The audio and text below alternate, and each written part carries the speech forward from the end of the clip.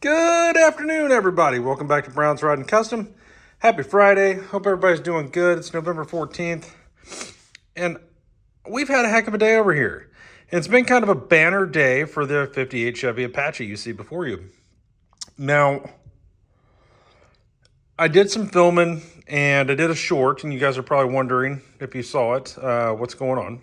And I wanted to explain this. So we have long discussed what engine was going to go into this truck, this 58 Chevy Apache. And it has gone everywhere from a big block Chevy to a small block Chevy to an LS to an LT to a 5.9 Cummins diesel. But it really was going to come down to what was available, right? And what was available for the right price. Now, last night, I reached out to a gentleman that was selling an engine that was absolutely a screaming deal. I couldn't pass it up. And I'm going to show you what that is. But it will be, without a doubt, we're not changing it, the engine for the 58 Chevy Apache. Now, it is not an LS, it is not an LT, but it is a Chevy engine. And let me show you what we got. And when I explain this to you, I think it'll make a little bit of sense. Here we go. And I know the intake looks like garbage and it's dirty and everything else, but this is a 1979 Chevy Corvette 350 4-bolt main 010 block. See right there, 010 block that is standard bore, that everything's in there. Pistons, rods, crank, everything's in there. Well, I say that the crank's in there, one piston, one rod. The rest of them are in a bucket in the back of the truck, but we have them. Push rods, all the things. It also has the 186 casting camel hump heads with the accessory holes, meaning you can bolt your AC compressor, your alternator, all of that. You don't have to have them drilled like the old school camel humps, right? These are 202 160 valves. And I believe they could be 64 or 68 cc chambers, something to that effect. I will get that information and get it to you. But this is a good engine. And when I went to get it today, I actually thought I was getting the heads, the block, and the crank. I did not know that I was getting pistons, rods, push rods, intake manifold, harmonic balancer, timing chain, all the things, okay? Oil pan, had no idea that I was getting all that. Mainly because of the price and because the listing was pretty vague and, you know, it just was what it was. So here's what we got. I got this motor for a screaming deal. All right. And this is the reason it's here. This is, you know, again, 350 4-bolt main, standard bore, camel hump heads, 202 160 valves, all of the performance things you would want out of a small block Chevy from the factory. Corvette motor, not been bored out, not been torn apart like terribly, you know, where they went in and tried to do this, that, and the other. It's basically a virgin engine. And I got this for $350. Now, I went back and forth on whether I should say that out loud, but I got it for $350. Now, the heads on here are worth anywhere from $300 to, you know, $500, $600, okay, for these heads. So, that being said, here's the plan. So, this is literally almost a carbon copy. It's actually better than the engine that is in this car, my dad's 1944, okay? This has a 350 2-bolt main. This is a 4-bolt main. Okay, this one's stronger. This one's also the 010, which I believe is a high nickel block or something like that, but it's 4-bolt. This car has a 461 heads on it, camel humps. This has the 186. Am I saying that right? 186? Let me double check that. Yeah, 186 heads. Now, these have 202 160 valves. This has the 194s in it, okay? So theoretically, if I'm thinking this correctly, this will be a stronger motor than the one that's in this car. And I absolutely adore and love how this car runs. It's fast, it's fun, it sounds good, it does all the things you want it to do. It runs cool, so on and so forth. So, with that being said, we're gonna take this engine probably in the next month or two, probably get past Thanksgiving, and take this over to Scotty's Racing Engines here in Spring Hill, and we're gonna have him build us this motor. In the meantime, I'm going to be getting, obviously, engine and transmission mounts. I'll be getting that in the next couple days. And we will mock up with the old school engine that's over here. We'll put this one in, the tune port engine, the 305, just because it looks cool. And we'll set that in and get this all mocked up. Now, let me explain some things. If I was going to do an LS motor, it was going to be very expensive. There was just no way around it. It's going to cost a lot of money. Money that at the moment I don't necessarily have. I'm not struggling by any means, but if I can shave, you know, $5,000-$6,000 off of this build, but still have a great truck, I mean, it's not a bad idea, right? So the LS engines that we were looking at were anywhere from, you know, $2,000 to $7,000, right? And and that's before you did any of the things to actually make them go into this truck, right? That's just to buy the swap, motor, tranny, ECU, harness, so on and so forth. Still have to get them tuned, still have to get the ECU reflashed, still have to deal with the wiring a little bit, still have to deal with all the things you want to change on it, so on and so forth. So,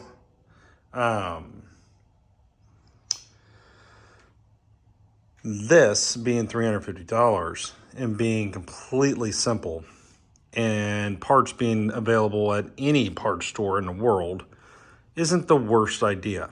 I also have a fully rebuilt Turbo 400 transmission with a 2800 stall speed converter and a shift kit in my shed, ready to go into this. Which means I already have a transmission. I don't have any money in that transmission. It was part of a deal. So basically I have a free tranny, free Turbo 400. I have $80 in the rear end 5 years ago. And I have $350 so far in this motor. Now, things I do have for this motor. I do have the transmission, obviously. I have a Holly Street, brand new in the box, Holly Street Avenger. It's a 675 with electric choke in bronze, that gold finish. That's going to go on here. So I have a Holly. I've got some other stuff laying around that we can put up with this. I have a new oil pan. I have a new timing chain cover. So I have some of the other little things. I mean, not that they didn't come with them, but you're going to want to put new ones on anyway. That oil pan's pretty beat up. So, yeah. So basically what will happen here is this will be a 350. Basically, it's going to get bored out, I'm sure. So it'll be probably, call it 30 over. So 355 cubic inches.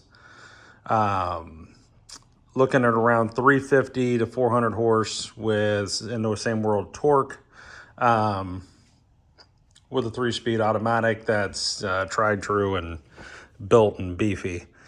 Transmission and a 9-inch Ford with a gear-driven Eaton True Track Posi with a 350 gear. Truck's going to run good. It's going to be fun. It'll rip the tires off. It'll do all the things we want it to do. Now, that being said, I know I've talked about an LS for a long time. I feel really bad about that, but the reality of this is it's a financial decision, and it's still going to be an amazing truck, but at the end of the day, that's a really good motor too. That is not a bad motor. And, you know, originally when we first started talking about doing this truck, that's the motor that was going to go in it.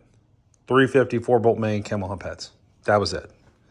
To mirror that with a nice cam. So Still things to do, still things to buy, still things to figure out. I need to get a double roller timing chain set. I need to get a cam with lifters, valve springs, retainers, all of that. I do have rocker arms. I'll have him check those out. Probably buy new push rods. I will send the head, basically the whole engine's going to go to Scotty's. And what he's going to do is basically check the heads, make sure they're good, and then put all new valves, all new hardened valve seals and seats and all that for the new fuels, modern day fuel, and go through them and make sure they're perfect, right? And then just like bolting on a brand new set of heads. And then the block, he's going to take the block, bore it out, new freeze-out plugs, new bearings, we're going to recondition the rods. We're going to put ARP rod bolts in. We're going to do ARP head studs, pretty much ARP everything. And it'll have a milling high-flow oil pump, some kind of really good cam that matches with everything. That's kind of my thing. I want to make sure the cam matches the RPM range of the intake and the heads and everything. I want it all to match, right? And that way we don't have weird power bands. The power band is the power band, like on this, which is why this is as quick as it is. Everything is matched. I know it sounds weird, but we didn't just randomly buy things. The cam is matched perfectly to the heads, to the motor, to it works. So, we will be we'll have them put new pistons in, new rings, obviously, all of that, probably bored out, whatever it needs to be bored out. And it'll have somewhere in the world 10.5-to-1 compression and all the things. So it's going to be a stout little small block and a stout little truck. And I think we're going to have a lot of fun with that. I think you guys will love it. Still going to do long tube headers.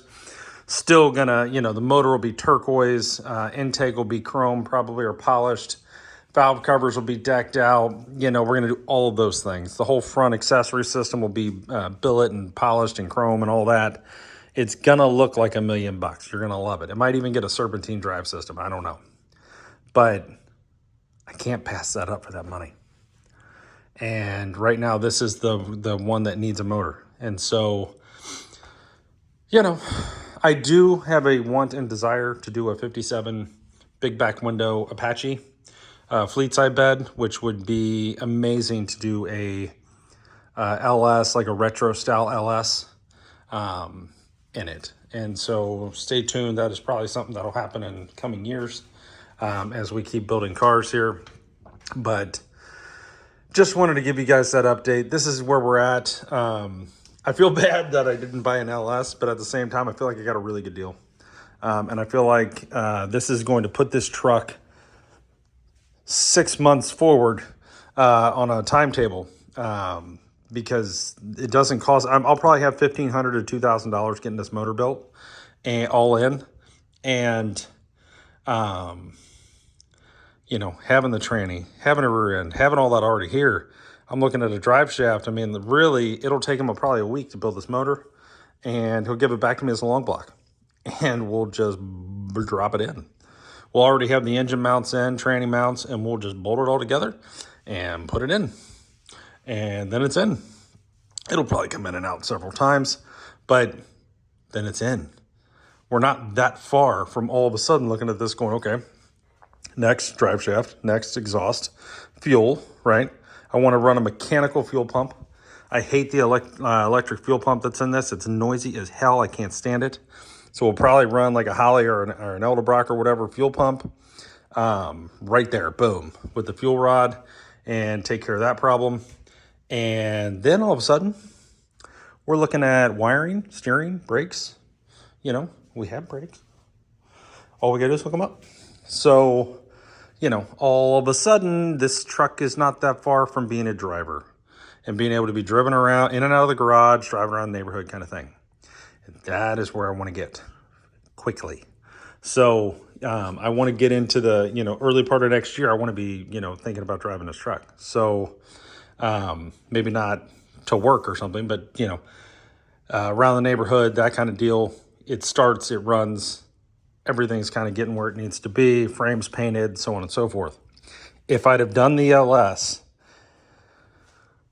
it would have taken me months and months to have afforded all of the pieces that I would have needed, and it would have just we'd have just kind of been sitting here looking at each other, and I didn't want to go down that road. So for the sake of the channel and this truck getting done and progress, because we've got a ton of cars we got to do. We still got to paint Ron's 44 there. Still got tons of stuff to do.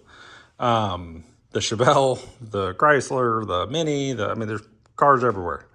You know, this was, I think, a smart decision. So definitely not a bad decision. So I would love to have put a 6-liter LS in this for sure, or a vet motor or whatever. But I guess technically I'm putting a 79 Corvette motor in it, so that's kind of cool. Still gets a vet motor. But anyway, guys, stay tuned. Thanks for watching. Hope you guys are having a great weekend and or a great week. And yeah, I'm excited. I was really, I mean, $350. How do you pass that up? You know, and I got up there and it was way more parts than I thought. I mean, you know, I'm like, come on, this is almost too good to be true. If you check out the short on this, you'll see inside of the cylinders and all of that, and you can see the crank and all the things. And I mean, this thing turns over like butter. There's nothing wrong with this. So I think we did really good, boys. And I'm really looking forward to building it and bringing it to you guys. So stay tuned. This puts us on a much quicker trajectory to getting this truck running, driving, and rolling. So stay tuned. Thanks for watching, guys, and we will see you guys tomorrow for more 1958 Chevy Apache.